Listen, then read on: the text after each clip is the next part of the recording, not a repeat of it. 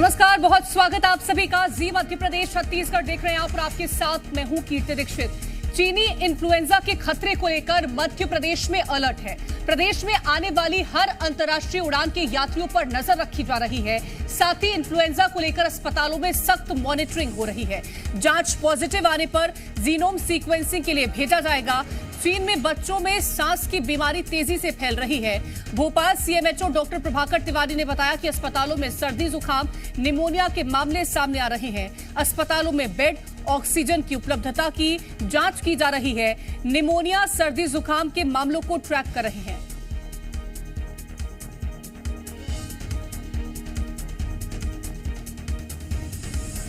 जैसा आपको मालूम है कि इस गाइडलाइन में दो तरह की चीज़ें कही गई हैं। पहली चीज़ तो ये है कि जो भी ILI सारी या निमोनिया सर्दी जुकाम से संबंधित केसेस हैं उन सब की IDSP और IHIP यानी जो डिजीज सर्वेलेंस प्रोग्राम है उसके तहत मॉनिटरिंग सर्वेलेंस किया जाए कि क्या उनकी कोई नंबर में बढ़ोतरी हो रही है या उनकी कोई अनयूजुअल बिहेवियर देखने में आ रहा है या उनकी सीवियरिटी में कोई बढ़ोतरी हो रही है। इस तरह की अगर कोई गतिविधि देखने को मिलती है तो उसको रिपोर्ट करना है और उसका एनालिसिस करना है। जो गाइडलाइन का दूसरा पार्ट है वो हमारी तैयारी से संबंधित है कि जो हम लोगों ने इससे मुकाबले के लिए तैयारी की है वो पुख्ता है कि नहीं। तो चीन में फैली बच्चों की बीमारी को देखते हुए शाजापुर में भी जिला प्रशासन अलर्ट मोड पर है। इस बीच कलेक्टर किशोर करियाल ने बैठक ली और साथ ही स्वास्थ्य विभाग को सतर्कता रखने के निर्देश दिए हैं। उन्होंने जिला अस्पताल में बच्चों की बीमारियों से निपटने के उपलब्ध संसाधनों की भी समीक्षा की है। साथ ही सीएमएचओ डॉक्टर राजू निदारिया और सिविल सर्जन डॉक्टर BS मैना को कहा है कि वे अस्पताल में बच्चों के इलाज के लिए व्यवस्थाएं चुस्त दुरुस्त रखें।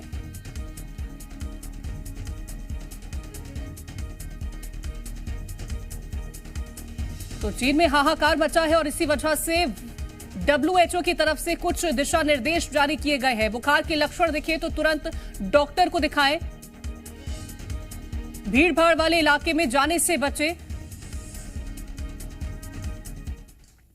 और चीन में फैली बच्चों की बीमारी को देखते हुए शाजापुर में भी जिला प्रशासन अलर्ट मोड पर है और इस बीच कलेक्टर किशोर कनियाल ने बैठक ली है। साथ ही स्वास्थ्य विभाग को सतर्कता बरतने के निर्देश दिए हैं। उन्होंने जिला अस्पताल में बच्चों की बीमारियों से निपटने के लिए उपलब्ध संसाधनों की समीक्षा की है। साथ ही सीएमएचओ डॉक्टर राजू निदारिया और सिविल सर्जन डॉक्टर BS मैना को कहा कि वो अस्पतालों में बच्चों के इलाज के लिए व्यवस्थाओं को चुस्त दुरुस्त रखें। वहीं सीएमएचओ डॉक्टर निदारिया ने बताया कि जिला मुख्यालय और अनुभाग शुजालपुर में बच्चों के इलाज की पर्याप्त व्यवस्थाएं की गई हैं। पर्याप्त मात्रा में ऑक्सीजन कंसेंट्रेटर और सिलेंडर उपलब्ध है।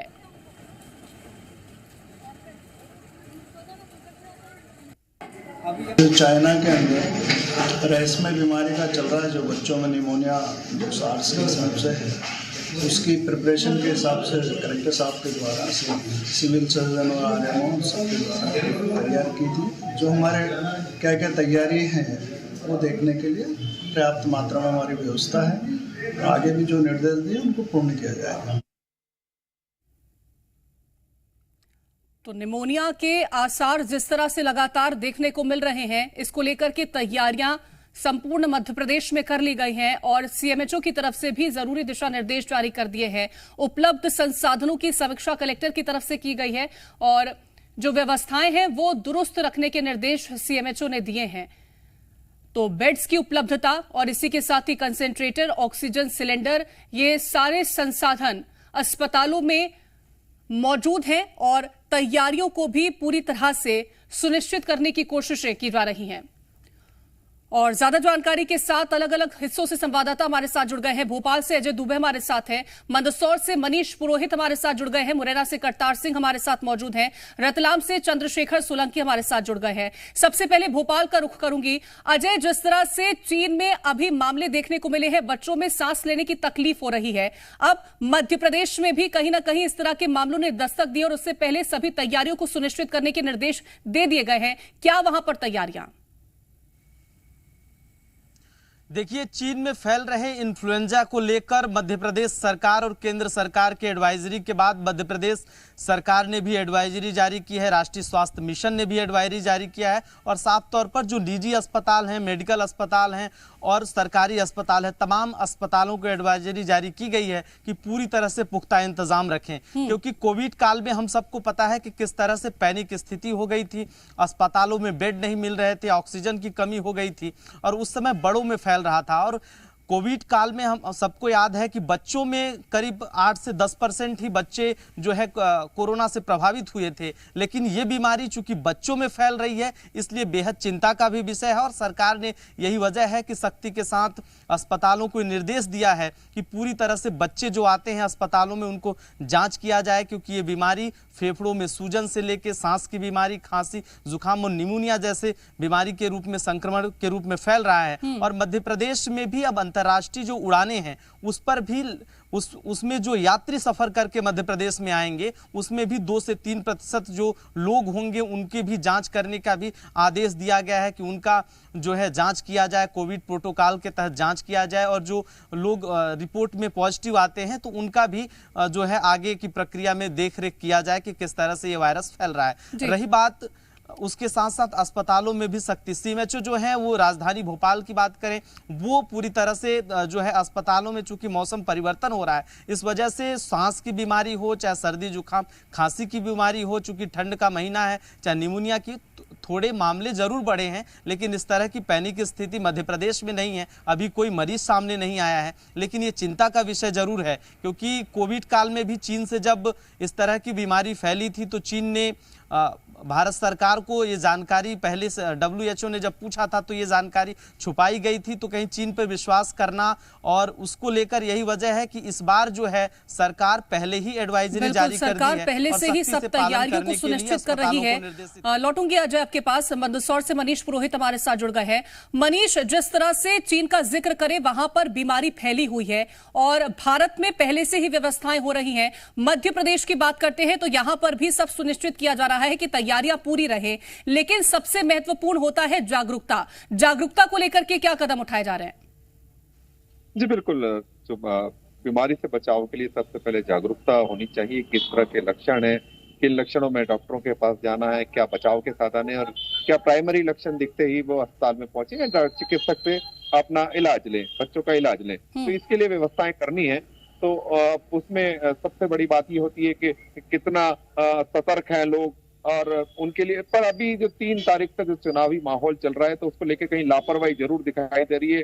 सरकार ने गाइडलाइन जारी की है लेकिन जो धरातल पे व्यवस्थाएं होनी चाहिए, हालांकि यहाँ अस्पताल में ऑक्सीजन प्लांट है और जो बेड है, बेड तक ऑक्सीजन की व्यवस्थाएं जरूर पहले कोविड काल से ही यहाँ है, लेकिन जो बीमारी को लेकर जिस तरह की जागरूकता का संदेश लोगों के बीच जाना चाहिए, अस्पताल में जो अलर्ट मोड पे स्टाफ होना चाहिए, उस तरह की व्यवस्थाएं फिलहाल यहाँ दिखाई नहीं दे रही है। जो हमारी स्टाफ से बात हुई, जो लोगों से बात हुई, जो अधिकारियों से बात हुई, तो अभी 3 तारीख तक अधिकारियों की ड्यूटी चुनाव में लगी हुई है। तो उनका ये कहना है कि उसके बाद में पूरी ताकत के साथ प्रशासन का भी जो व्यवस्था है उनको दुरुस्त करने का प्रयास किया जा रहा है और उसके बाद पूरा स्टाफ पूरी ताकत के साथ अपनी व्यवस्थाओं को देखेगा और जो व्यवस्थाएं हैं उनको जांचा परखा जाएगा। जो मशीनें का वेंटिलेटर, जितने भी संसाधन अस्पताल में है उनको चुस्त दुरुस्त किया जाएगा ताकि किसी भी तरह की आकस्मिक स्थिति में निपटने के लिए स्वास्थ्य विभाग तैयार रहे। लेकिन फिलहाल जागरूकता के लोगों में जो करनी चाहिए, उसके लिए जो यहाँ प्रयास करने चाहिए, उसकी कमी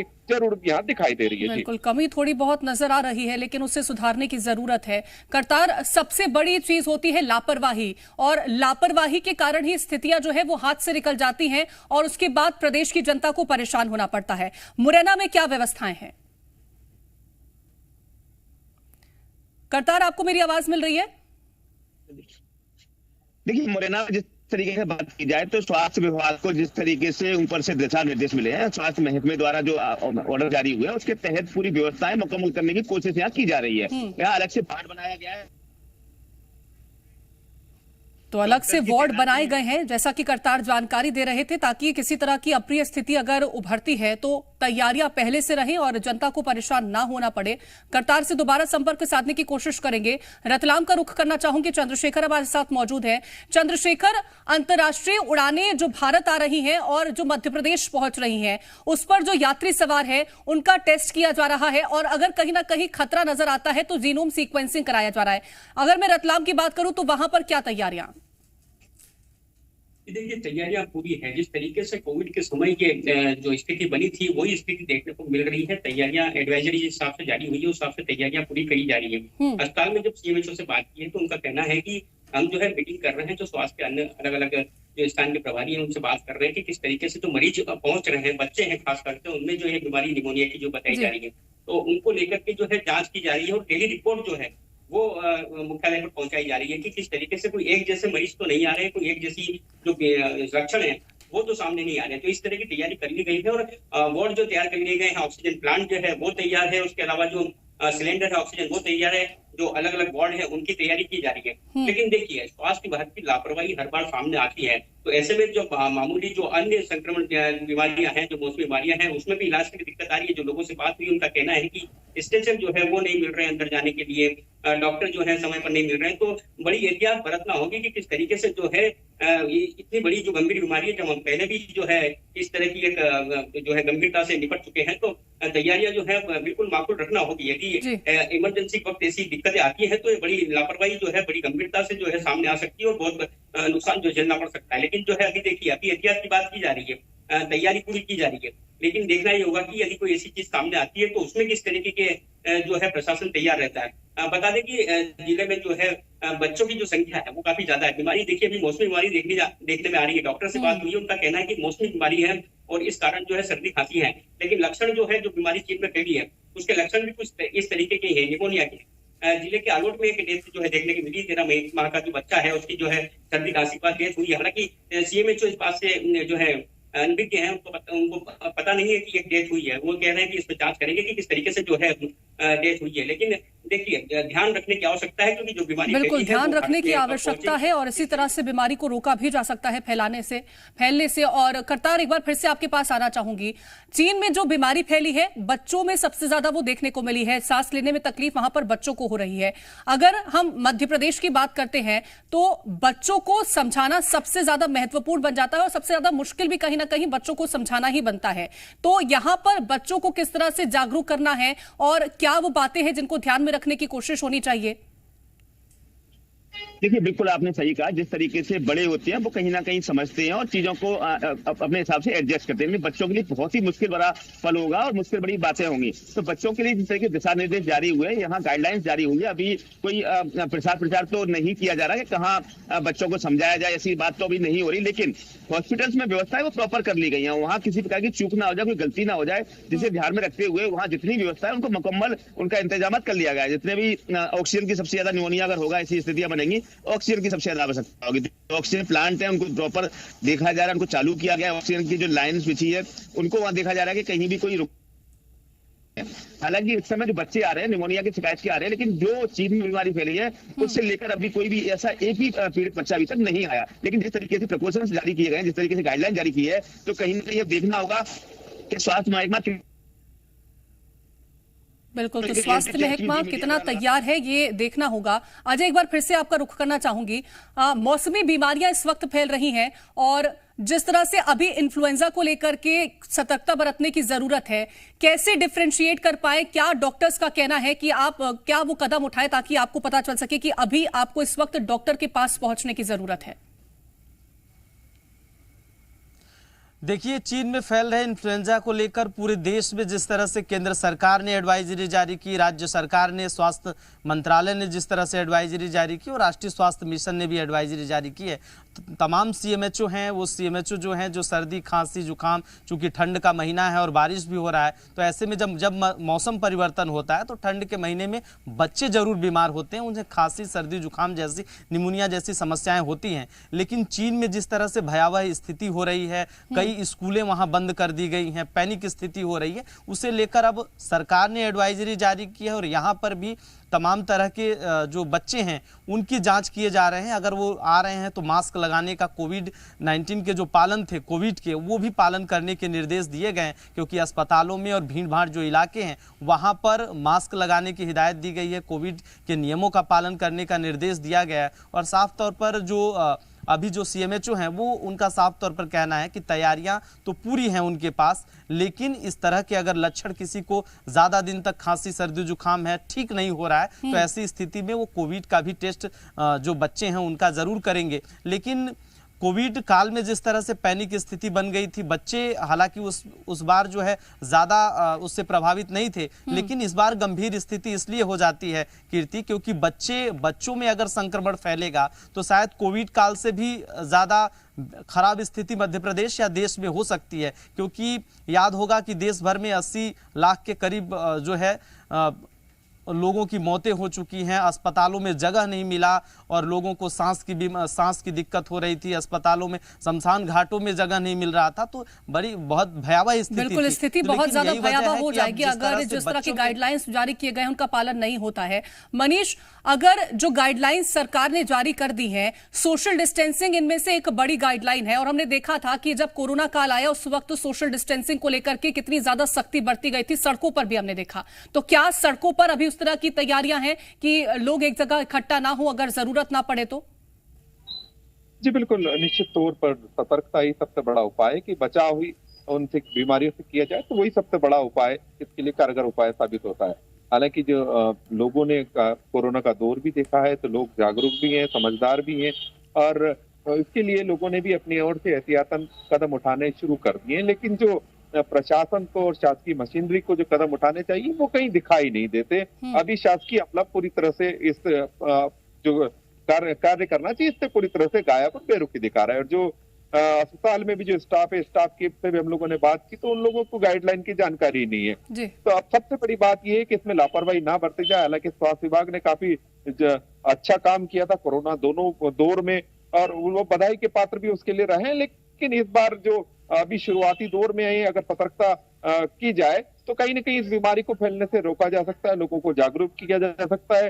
तो इसकी कमी फिलहाल कहीं ना कहीं दिखाई जरूर दे रही है। कमी अभी नजर आ रही है, लेकिन जरूरी है कि अभी से सतर्कता बरती जाए और तैयारियों को पहले से ही दुरुस्त रखा जाए। बहुत शुक्रिया आप सभी का हमारे साथ जुड़ने के लिए और तमाम जानकारी पहुंचाने के लिए। और फिलहाल के लिए इस बुलेटिन में इतना ही। आप देखते रहें जी मध्य प्रदेश छत्तीसगढ़।